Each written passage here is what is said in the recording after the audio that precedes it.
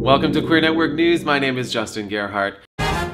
The 2018 US midterm elections will go down in history as a turning point in American politics, regardless of the outcome of tomorrow's results. And ironically, it's not even a presidential election. What issues matter to you? Healthcare, pre-existing conditions, mass shootings, freedom of speech? Michael Bloomberg, former mayor of New York City, just released a new ad directed by Jodie Foster, encouraging everyone to get out and vote on November 6th. Don't lose hope.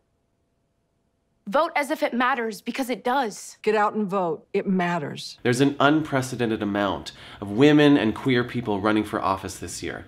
If you're an American, text VOTE to 43367 to make a plan to vote tomorrow. Lucas Hedges recently came out as not totally straight on the Ellen Degeneres Show. He was joined by his Boy Erased co-star Nicole Kidman, who plays his mother in the upcoming film, which deals heavily with gay conversion therapy. In 6th grade, I had a health teacher who presented the idea of sexuality existing on a spectrum, that it's not really that you exist 100% one thing and 100% the other. And from that moment on, I always identified myself as existing within that spectrum, and I see it as something that's more fluid and it's not as black and white. Check out Boy Erased in theaters November 2nd. Ariana Grande stole the show during NBC's Halloween special celebrating 15 years of Wicked the Musical on Broadway, performing The Wizard and I.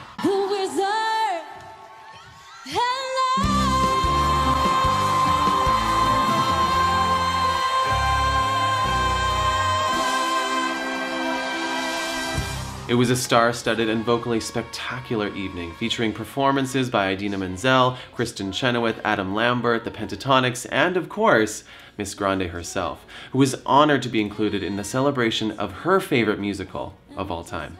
This also marked the first time she performed publicly after the death of ex-boyfriend Mac Miller and split from her fiancé, Pete Davidson.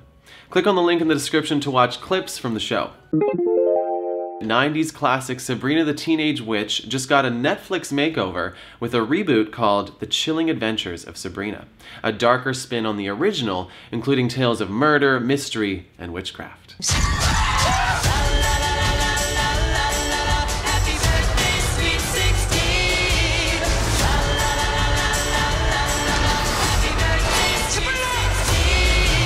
A major new addition to Sabrina's world this time around is Ambrose Spellman, Sabrina's pansexual cousin who begins the series under house arrest.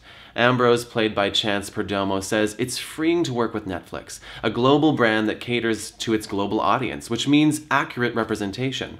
Being pansexual, showing the ups and downs of his romantic relationships, and representing ethnic minorities isn't something we've seen played out on television before. And Perdomo says this new level of depth is refreshing. On to our final tidbit. The Czech Republic is on the verge of becoming the first post-Soviet country to legalize same-sex marriage. The country has recognized civil partnerships since 2006 and has always been the most progressive and open country towards the queer community within the Eastern Bloc. Many Eastern Europeans are hoping this will cause a snowball effect, encouraging other surrounding countries to do the same. That's all for this week. Thanks for watching. Make sure you tune in later this week for Queer from the Couch, featuring the Glad Day Bookstore, Toronto's longest-running queer bookstore, and host of the world's largest literary festival, Naked Heart. And as always, make sure you like this video, subscribe to the channel, and hit that notification bell so you stay up to date on everything queer. We'll see you next week. Because I knew you. Because I knew you.